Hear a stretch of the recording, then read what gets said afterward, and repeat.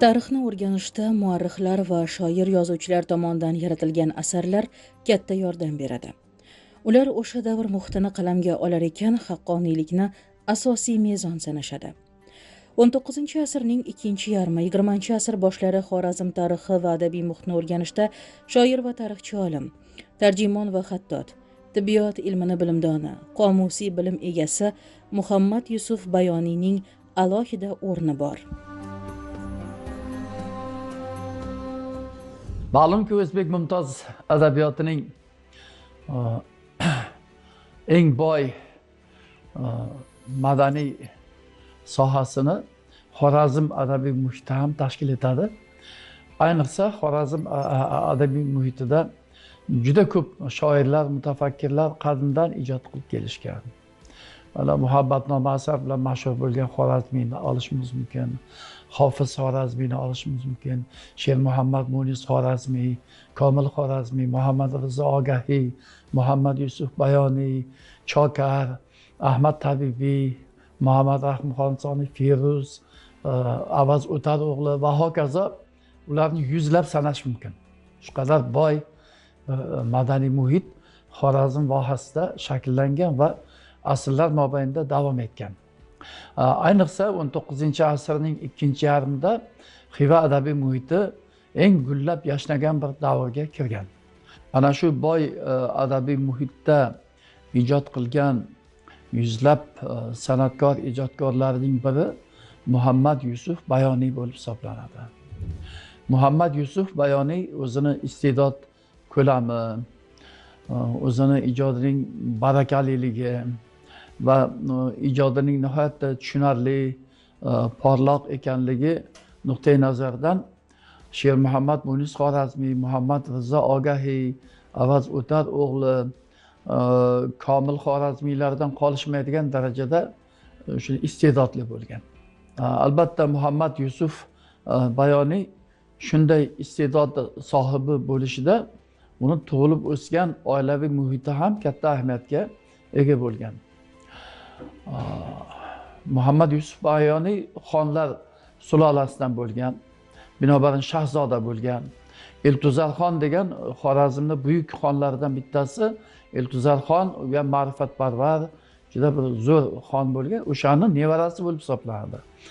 Muhammad Yusuf Bayoniy ikki asrni ko'rgan shoir hisoblanadi. U demak 19-asrni oxirida va 20-asr boshlarida yashab ijod etgan. Muhammad Yusuf Bayoniy 1840-yilda Xivada tug'iladi va 1923-yilda Xivada vafot etadi. Juda barakali umr kechirgan, 83 yil yashagan. Lekin o'sha 80 dan oshgan davrlarda ham ijod qilgan. O'zini shu vaqtda mashhur bayti ham bor.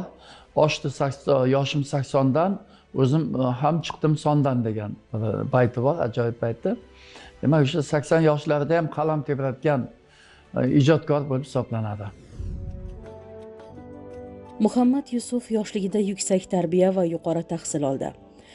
Arab, fors, usmonli, turk, Ozarbayjon tillarini chuqur o'rgandi. She'rga, ilmga va musiqaga ayricha muhabbat qo'ydi. Albatta, bunda oilaviy muhitni ta'siri katta edi.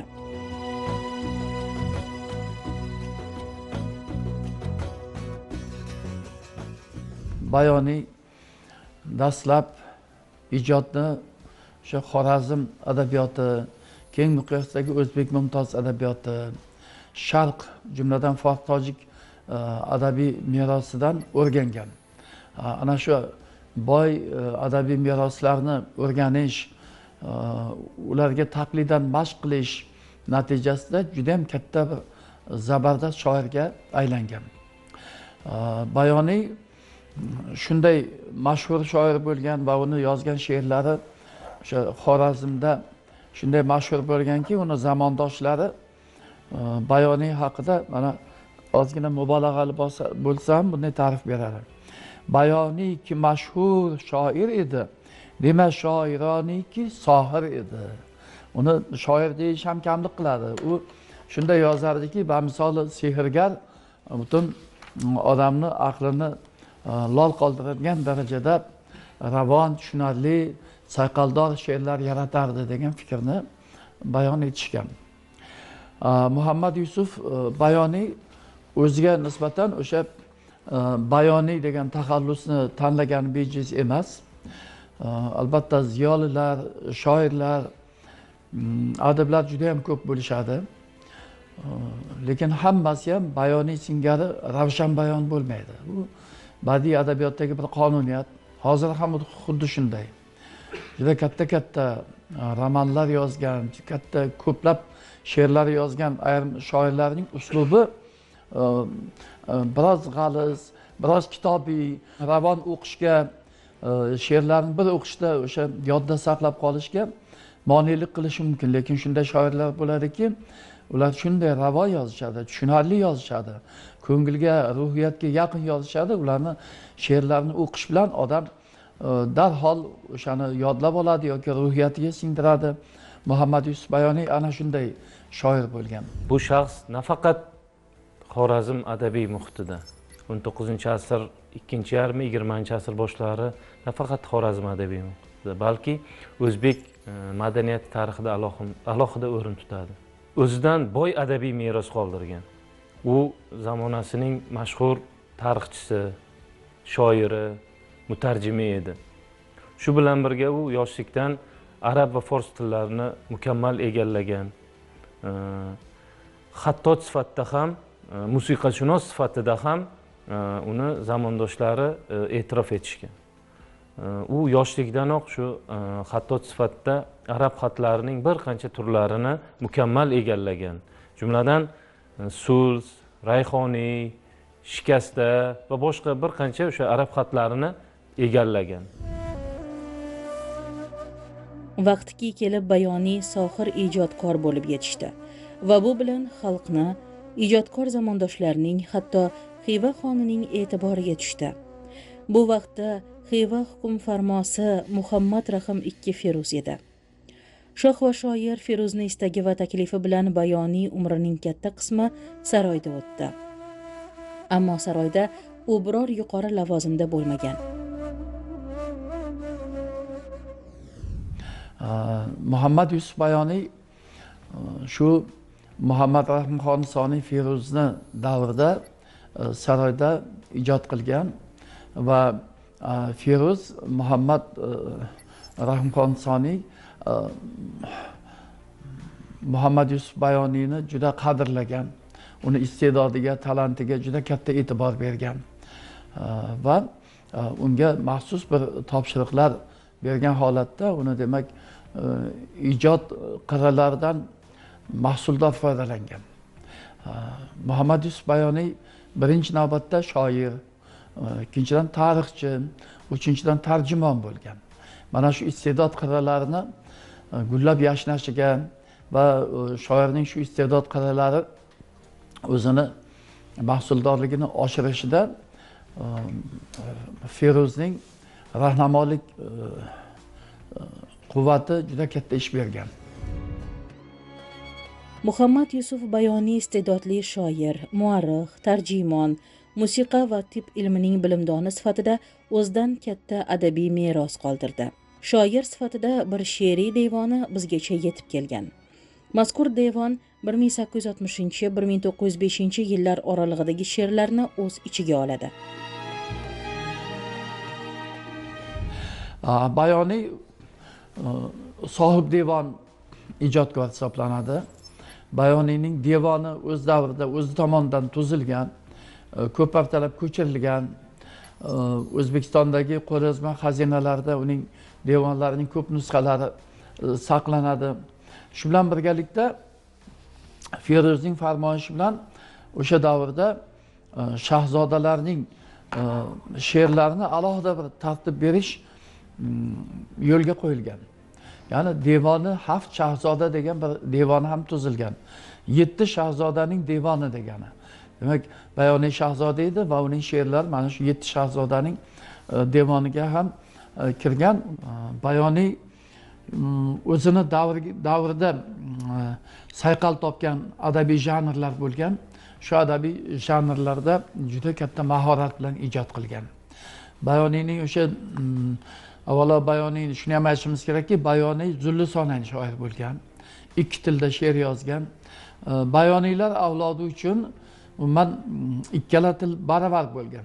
Fors tilini ham mukammal bilishgan, turkiy tilni ham mukammal bilishgan. Turkiy tilda qanday ravon, sayqaldor she'rlar yozgan bo'lsa, forsiy tilda ham ravon, sayqaldor she'rlar yozgan.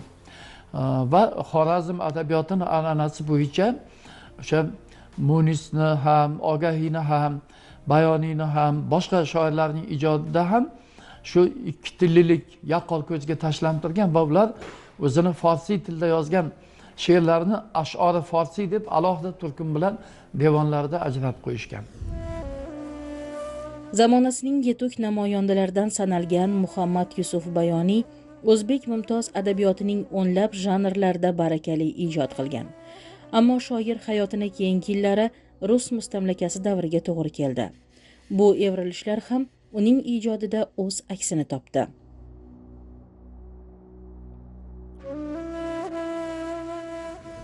Rossiya tomonidan O'rta Osiyo zabt etilgandan keyin jamiyatda, davlatchilikda juda katta bir o'zgarishlar yuzaga kela boshlagan va bu o'zgarishlar butun jamiyatni larzaga solgan, jamiyatdagi afkor omma o'rtasida juda katta o'zgarishlar kelib chiqishiga sabab bo'lgan.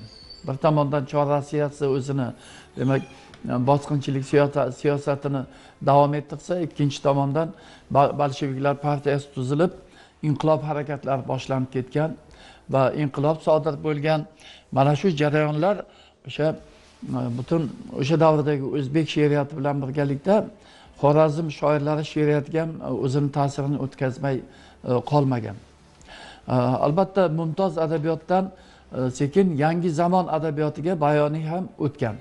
Yangi zamonning demak qiyofasi, yangi zamondagi g'oyalar, mafkuraviy harakatlar endi tabiiyki o'sha 20-asrning boshlarida jadidlik harakati mamlakatda keng yoyilgan, jadidlik harakati Xorazmlarga ham borgan va o'zbek tilida u yerlarda ham gazetalar chiqa boshlagan. Masalan, Inqilob quyoshi degan gazeta chop etilgan. Muhammad Yusuf Bayoniy albatta Xorazm, shu jumladan boshqa o'zbek shoirlari singari zamon yangilanayotganini olqishlagan va o'sha yangi zamon xalqimizga bir yorug'lik olib keladi, xalqimizni porloq kelajakka eltadi deb ishongan.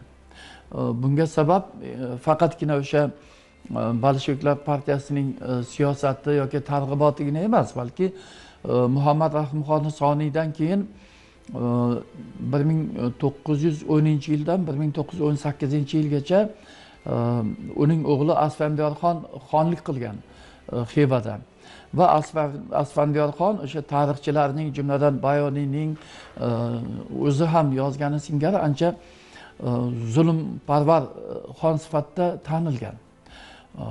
Mana shu zulmdan xalq jabr ko'rgan, ijodkorlar jabr ko'rgan va mana shu demak bir tomondan xonlik tuzumining yemirilib borayotganligi, tanazzulga uchrayotganligi, zulm bilan omuxta bo'lib ketayotganligi, ikkinchi tomondan shakllanayotgan sovet tuzumini paydo bo'layotganligi, u demak porloq kelajakni va'da qilayotganligi o'sha shoirlarni o'sha ruhda ijod qilishiga sabab bo'lgan.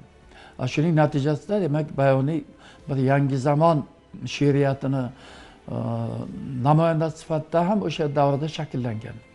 O'zini an'anaviy aruz vaznida yozgan asarlar bilan birgalikda barmoq vaznida she'rlar yozgan, inqilobiy ruhdagi she'rlar yozgan, ma'rifatparvarlik ruhidagi she'rlar yozgan, xalqni demak yangi bir ma'rifat o'rganishga da'vat etuvchi, chorlovchi she'rlar yozgan. Tarixdan ma'lumki, Feruz tashabbusi va rahnamoligida Xorazmda tarjima maktabi maydonga keldi. Bu borada Ogahiy, Komil Xorazmiy, Tabibiy kabi salaflar qatoridan Bayoniy ham munosib o'rin oldi va Mavlono Darvesh Ahmad tomonidan 1681-yilda arab tilida yozilgan umumiy tarixga oid Sahoiful Ahbor kitobini Kamoliddin Binoiyning Masnaviyda yozilgan Shayboniy nomasini, Abu Jafar Jarir at-Taboriyning arab tilida yozilgan Tarixi Taboriyni, Atoulloh ibn Fazlulloh Husayniyning Ravzatul Ahbob asarining o'zbekcha tarjimasini amalga oshirdi.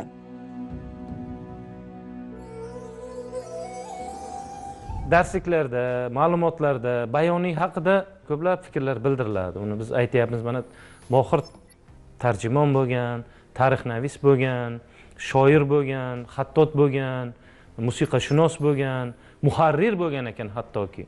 Demak, boshqa shu darajada mahoratli bir tarixnavis, tarjimon sifatida shakllanganki, hatto boshqa ijodkorlarni asarlarini ham tahrir qilib bergan ekan. Jumladan aniq bir misol aytadigan bo'lsak, masalan, Atoulloh ibn Fazlulloh Husayniy tomonidan o'sha davrda yozilgan Ravzatul Ahbob nomli asarning ikkinchi qismini o'zbekchaga o'girilgan tarjimasini bayoniy tahrir qilib bergan ekan. Bayoniy serqirra va sermahsul ijodkor. U Xorazm shajaraviy tarixnafisligi davomchisi. Aniqrog'i Xorazm tarixi va adabiyotchiligiga oid voqeliklarning xotira nafisidir. Tarjima asarlari bilan birga Abulg'ozi Bahodirxon, Munis, ogohiylar an'anasini davom ettirdi. Xorazm tarixi, Shajarai Xorazm shohiy kabi asarlari orqali voha tarixi to'g'risida qimmatli ma'lumotlar yozib qoldirdi. Bayoniyda tarixnavislik faoliyatiga to'xtaladigan bo'lsak, bu havaskor bir ijodkor sifatida tarixnavislikka kirib kelmadi. Bungacha bayoniy bir qancha asarlarni arab va fors tillaridan tarjima qilgan edi. Demak, tarjimon sifatida u bir ma'lum bir maktabda, ma'lum bir tayyorgarlikda bosib o'tgandi. Shunga ko'ra Xorazm tarixini va o'sha Xorazm tarixini yozishda bir maqsad qildi. Bu asarlarda o'sha yozishdan uning ko'zlagan maqsadlarini o'sha Shajarai Xorazm shohiyda, Xorazm tarixi asarlarida o'shani kirish qismida va xulosalarida bu asarlarni tarjima qilish sabablarini aytib o'tadi tarjimon.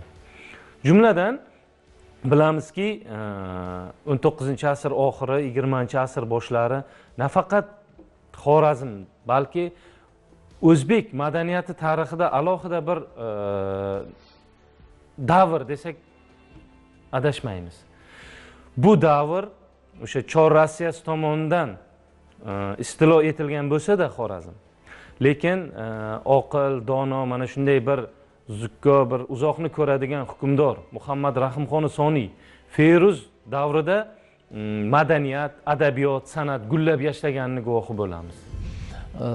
Muhammad Rahimxon Soniy Feruz saroyda juda ko'p tarixchilarni to'plab, tarixchi bo'lmasa, shoir bo'lsa ham o'shalarni o'sha tarixiy asarlar yaratishga da'vat etib, tarix ilmini rivojlanishiga juda katta hissa qo'shgan.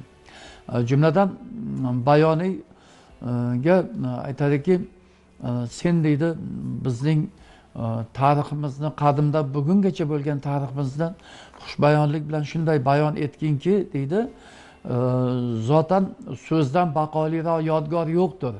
Ya'ni so'z dunyoda eng boqiy qoladigan narsa. Agar sen o'zingni go'zal so'zlaring bilan tarixni bitadigan bo'lsang, bu bizdan keyingi avlod ajdodlarga qoladi degan bir topshiriqni beradi.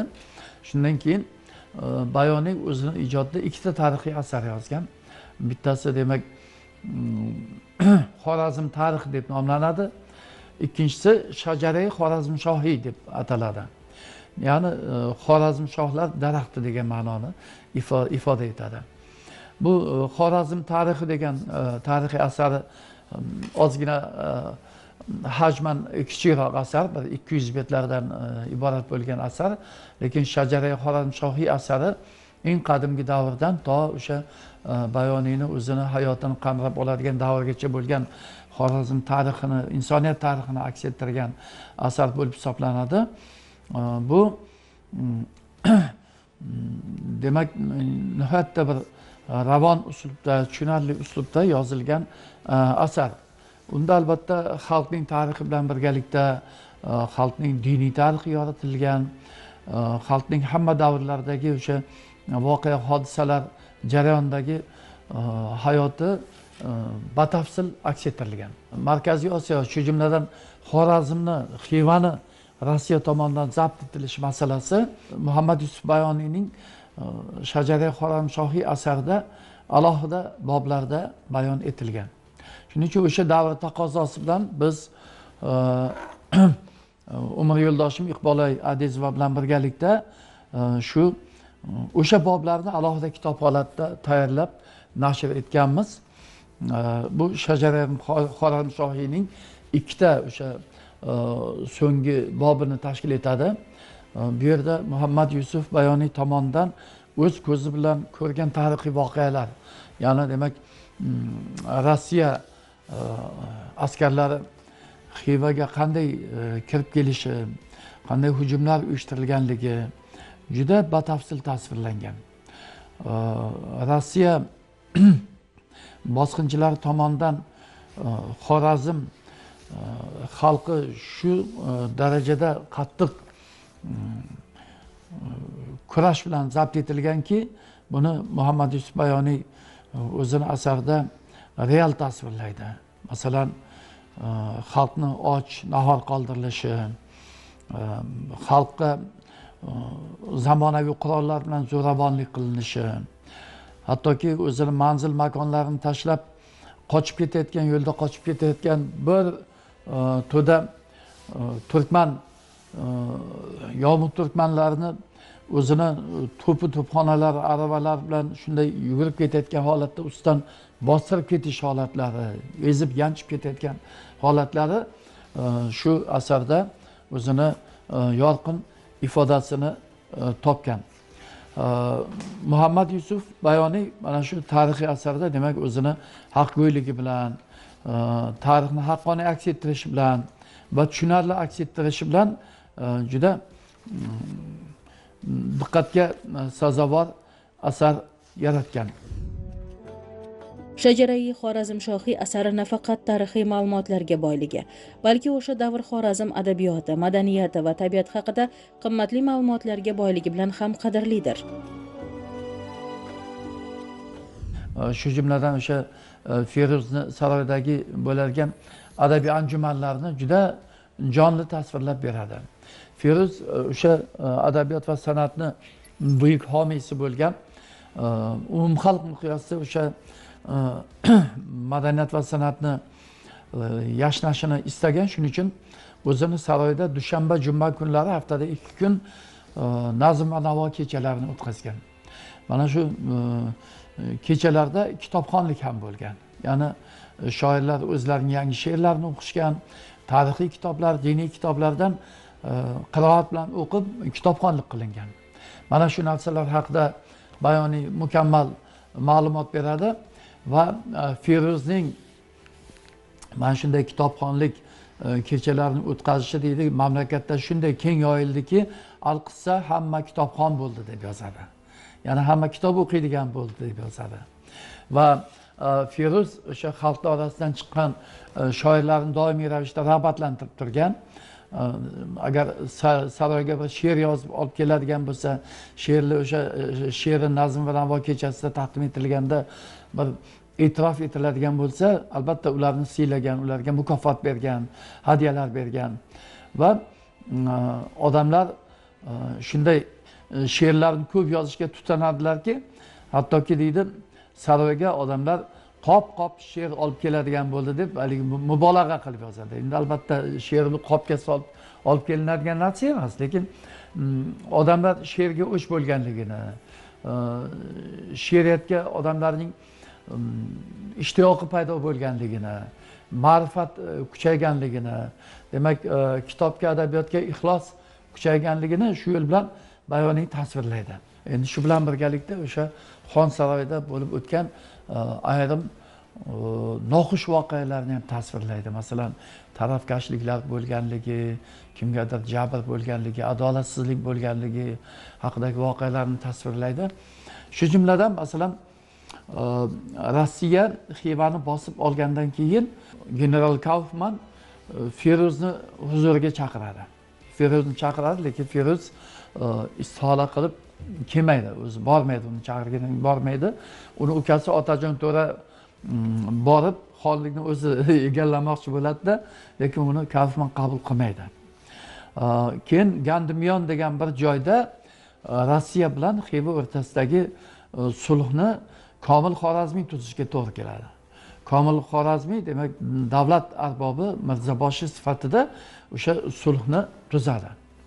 Lekin o'sha Rossiyaga umuman qattiq sarkashlik qilgan, bo'yin bermaydigan, hech qanday sulhni tan olmaydigan odamlar ham bo'lgan Feruzning atrofida. O'shalardan bittasi ashaddiy Rossiyaga qarshi kurashchi bo'lgan millatparvar Matmurod Devonbegi degan kishi bo'lgan. Matmurod Devonbegi Pahlavon Mirzaboshini, ya'ni Komil Xorazmiyni shu ishi sulh tuzganligi uchun yomon ko'rib qoladi va ularning o'rtasida qattiq nizo paydo bo'ladi. Xivani bosib olgan Rossiya hukmdorlari Matmurod Devonbegini Rossiyaga surgun qilishadi qarama-qarshilik uchun. Matmurod Devonbegi surgundan qaytib kelgandan keyin u Pahlavon Mirzaboshidan o'ch olishga harakat qiladi. Feruzga, xonga uni yomon ko'rsatib, haligi unga nisbatan shoirlarni yollab qarshi g'azallar yozib, nimani Komil Xorazmiyni badnom qilishga harakat qiladi va natijada Komil Xorazmiyni o'sha devonbegilik lavozimidan bo'shatib, uni o'rniga Matmurodni qaytadan tiklashadi. Va Komil Xorazmiy dard alam chekib, o'zini demak keksalik paytda qadr topmagandan shikoyat qilib, oxirida ko'zlari ojiz bo'lib, o'zini ojizlik ahvoli haqida ham bir haligi tushkun g'azallar yozib olamdan o'tadi. Mana shu jarayonlarda ham Muhammad Yusuf Bayoniy qanday kechgan bo'lsa, o'shanday tarixiy asarda tasvirlab beradi. Bu ham muhim. Chunki adabiy jarayon, adabiy muhitda har xil voqealar bo'lishi mumkin. Hozir ham bo'layotgandir. Biz bilmaymiz, lekin uni agar tarixchi yozib qoldiradigan bo'lsa, zamon o'tib o'sha demak adabiy muhit, adabiy jarayon haqida tarixchini yozganlari aniq ma'lumotlar beradi bizga. Shuning uchun o'ylaymanki, Muhammad Yusufni mana bunday bergan ma'lumotlari ham har tomonlama diqqatga sazovor. Muhammad Yusuf Bayoniyning Shajara Xorazmshohiy degan mana bu asari 1000 betdan iborat asar. Mana bu yerda orqasida o'sha shajara rasmi tasvirlangan, Xorazmshohlarining daraxti.